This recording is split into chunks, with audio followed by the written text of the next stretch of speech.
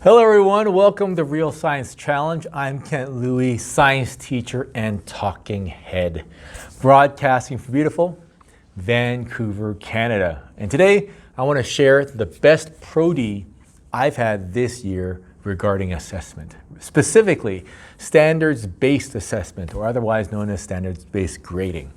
And this was all done without hiring a speaker or an expert or quietly sitting through another workshop. However, you will need the company of a few colleagues. Long story short, the best Pro-D regarding assessment I had this year had my colleagues and I discussing case studies, marking assignments and tests together, and sharing and discussing our resources. Now, before I dive deeper, handouts for this post can be found at realsciencechallenge.com/EP41. And please subscribe to our YouTube channel. Now, this past year, I've learned the most about assessment, not from workshops, which all tend to be intellectual and theoretical exercises.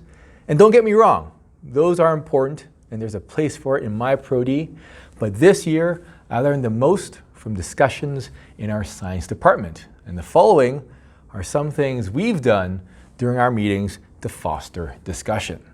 Number one, discuss case studies. Now here's one we discussed on our last Pro-D day. James is in your class and he's missed a lot of classes this term. As a result, James has numerous missing assignments and tests this term. Furthermore, many of his absences are unexcused. If James shows up at the end of term and demonstrates his learning on the alternate makeup assignments created by you, would you assess James as proficient or extending this term for his curricular standards, and why? Now, this case study is based on something we've all probably experienced as science teachers. You know, a student coming in at the end of term, scrambling to get marks in. And that's what's so great about case studies, because they're authentic and we've all had our own ways of dealing with those issues, which makes for great discussion and great learning.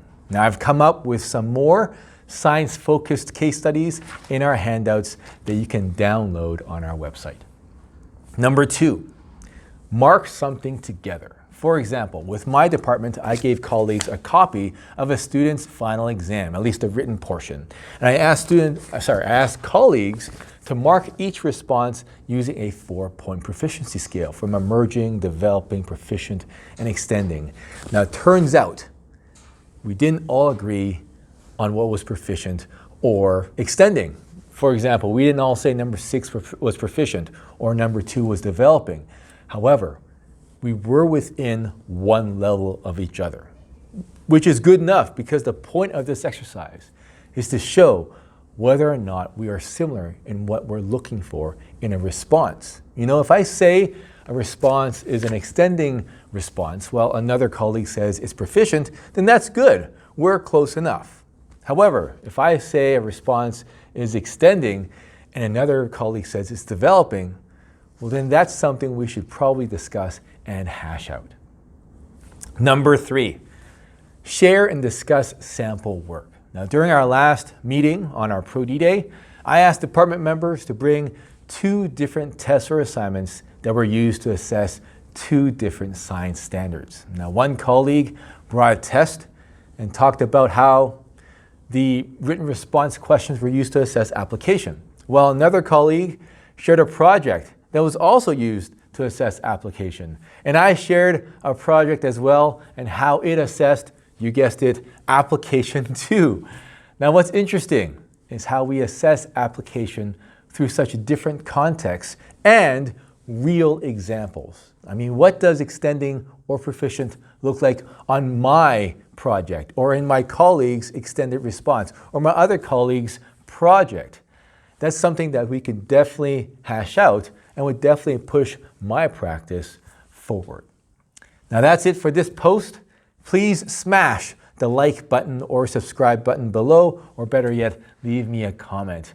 And handouts, once again, are available at realsciencechallenge.com/EP41. Thanks for watching, and let's talk science again soon.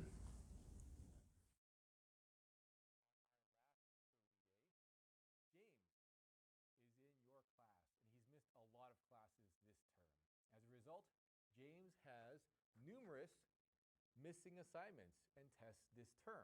Furthermore, many of his